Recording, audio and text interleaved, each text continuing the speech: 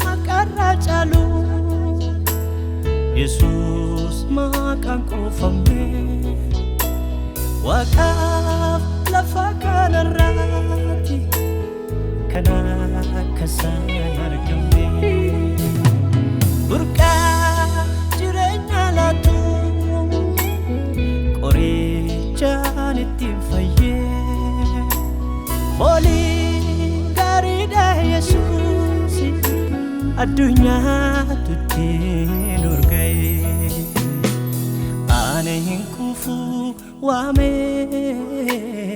Yesuus wame ane hin kufu wame Yesuus wame ane hin kufu wame Yesuus wame ane hin kufu wame Yesuus wame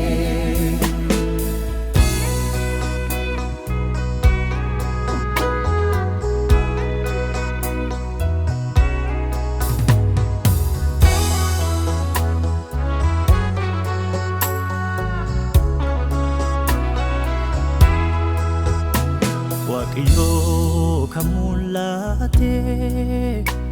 bifa Yesuusin faate humna waaqummaa ofiisa maqaa Yesuusitti guute gooftummaa bonkaan Yesuus addunyaa sadaaniitu waa hundi jaalatus jibbuus mila isaatti jilbeen faatu Yeshua Yeshua Yeshua Yeshua Jesus Jesus Jesus Jesus makarrajalu Jesus makan kufame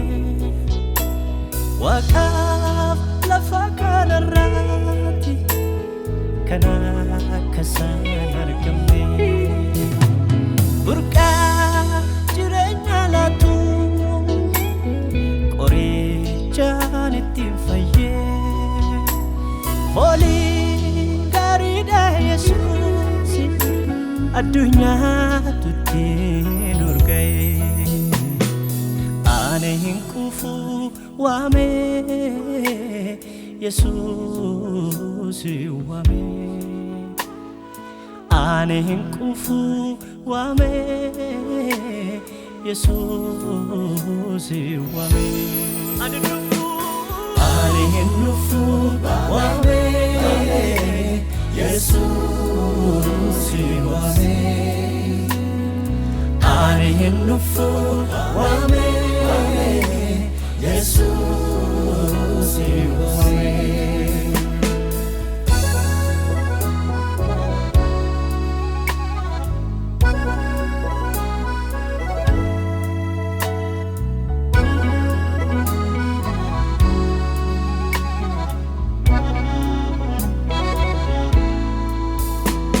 Barremotummaa isaati Yesuus ilmaamaaf lakkoofsa qabu eebotaa gara isaa dhufeefi maqaa isaatu baasa deemu kan isaa waammatu hin badu yoo du'eeyyuu hin jiraata abdii kiristaanotaati Yesuus kan dhalaataniif lammata wanti hin dandeenye hin jiru hidhaa diinaa isaa kan jiru diiyaabiloosii jaan jabaatu iddoo maqaa Yesuus mul'atu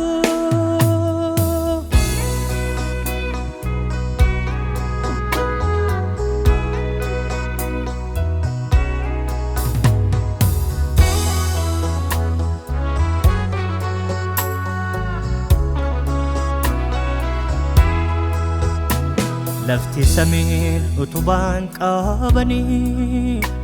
sagalicha tirkatu humna maqaa Yesuusiif kan utube isaan baatu simboo guddaa gonfateetu uumamni maal daansaadha eda dhoksan sakana Yesus tu irra bareeda Yeshua